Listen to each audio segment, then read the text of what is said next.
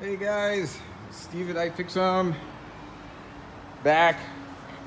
You may have seen some videos about replacing headlamps on these like 92 to 96 F150s, and I'd never done one, and I figured, I can finagle stuff.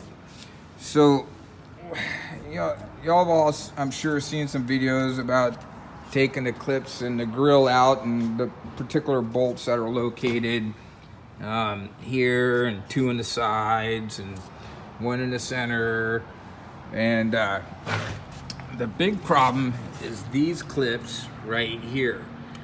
The top two, where is you?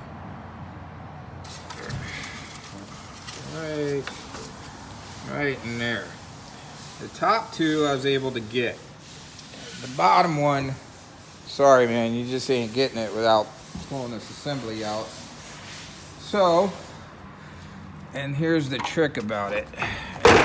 This is why they suck. They're kamikaze clips.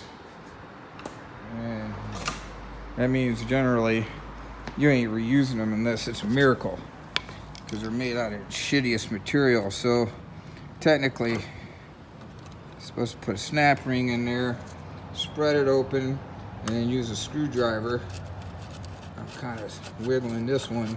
I can't do it with holding the phone, but on that tab there, just pry it back. So that's what I'm gonna do. That's why this whole stupid assembly's got to come out to replace those buckets. And I gave it a little shot. Figured I could get by, but those bottom clips ain't happening, guys. So just save yourself the hassle.